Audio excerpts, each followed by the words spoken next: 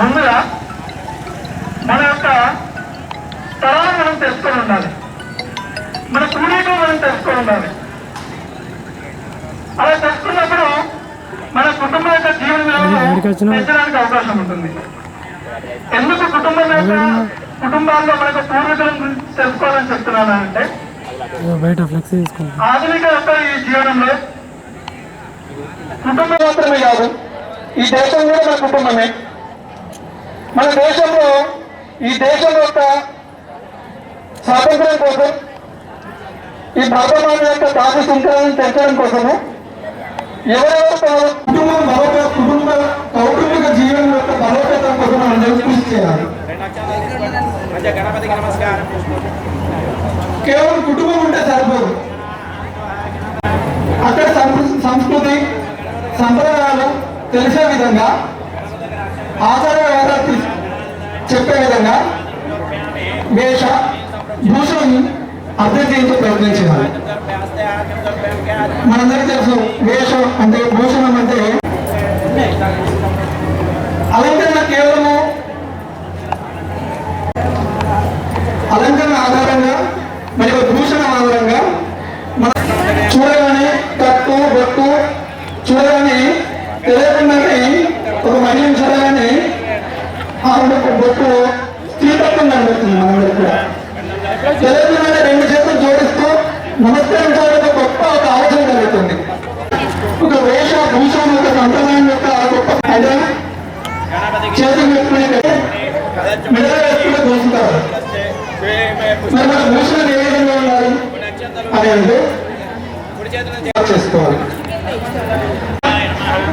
సేవా గుణం నిర్మాణం చేయడానికి మనందరం కూడా ఈ తరుణకు మనం ఉన్నాము. వాల్మీకి ఆరోగ్యం యొక్క ప్రాణాలను మనం ఉన్నాము. ఇటువంటి ఎన్నో కార్యక్రమాలు రాష్ట్ర వ్యాప్తంగా సేవ కుడి చేత ఇచ్చే రెండు చేయి తెలుస్తుంటారు. అదే దానం అంటే, అదే సేవ అంటే. కానీ ఇక్కడికి వచ్చినప్పుడు మనం అందరం కూడా మనందరం సంకల్పం తీసుకోవాలి గతం ఆధారంగా.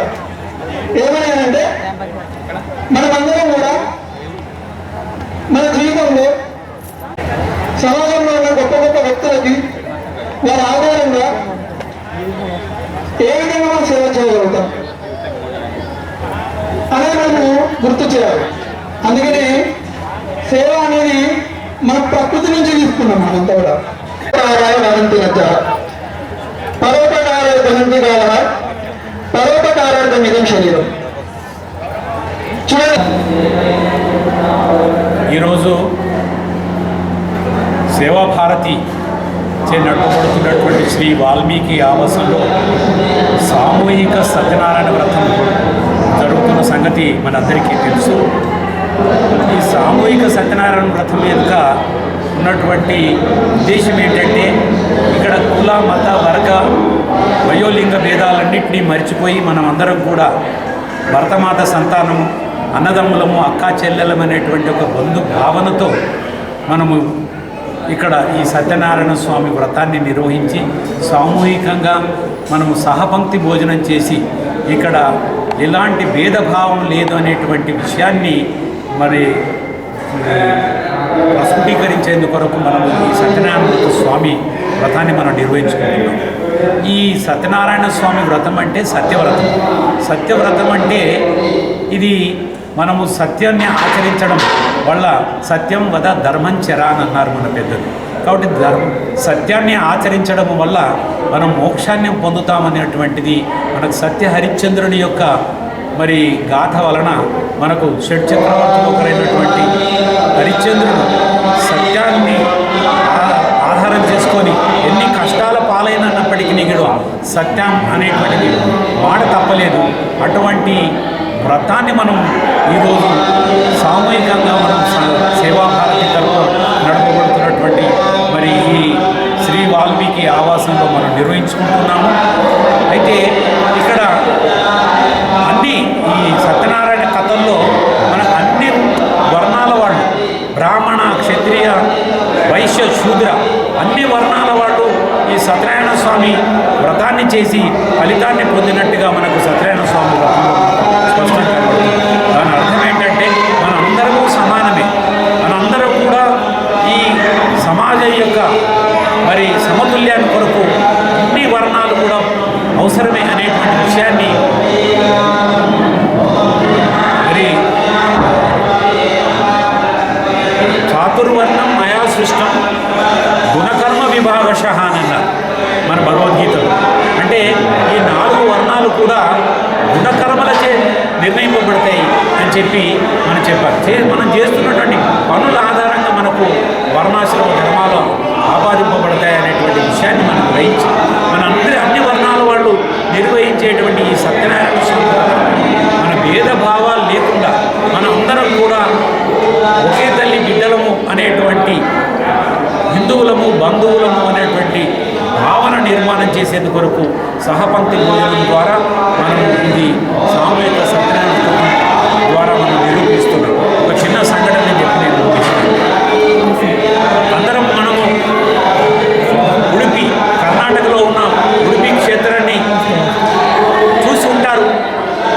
కర్ణాటక ఆ ఉడిపి క్షేత్రంలో కనకదాసు అని ఒక మాలవాడు అక్కడ దేవునికి అనేక రకాలైనటువంటి శుశ్రూషలు సేవలు చేస్తూ ఆయన దేవుడికి ఇక్కడ ఉడిపిలో ఉన్నటువంటి శ్రీకృష్ణుడిని పొగుడుతూ మరి భజిస్తూ అనేక రకాలైనటువంటి పాటలు రాసి ఆయన మరి దేవుడికి సేవలు చేస్తుండేటువంటి వాడు.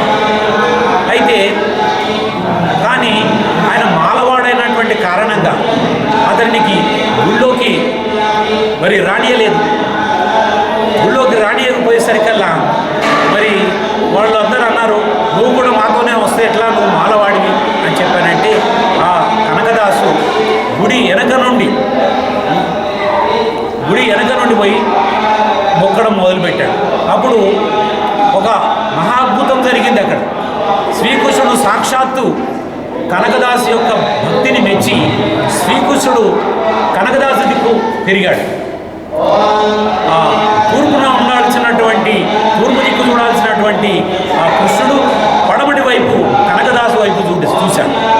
కాబట్టి ఇప్పటికి కూడా మీరు ఎవరైనా ఉడిపిని దర్శించుకున్నట్టయితే మనము పడమటి దిశ ఎక్కడైతే కనకదాసు శ్రీకృష్ణుని దర్శనం చేసుకున్నటువంటి ఆ హండి అంటే కిటికీ, ఆ కిటికీ ఉందో ఆ కిటికీ నుండి మనం దర్శనం చేసుకుంటాం. ఎవరం కూడా ఉడిపి లోపల తూర్పు నుండి ఎవరు దేవుణ్ణి దర్శనం చేసుకోరు. పడమటిలో ఉన్నటువంటి ఆ కిటికీ ద్వారానే దేవుణ్ణి దర్శనం చేసుకుంటారు. అంటే దీని ద్వారా మనకి ఏం తెలిసిందంటే భగవంతుడు ఏ వర్ణాన్ని ఆయన ఉపేక్షించేటువంటి సవాలే లేదు. కాబట్టి అందరూ కూడా ఆయన భక్తులే.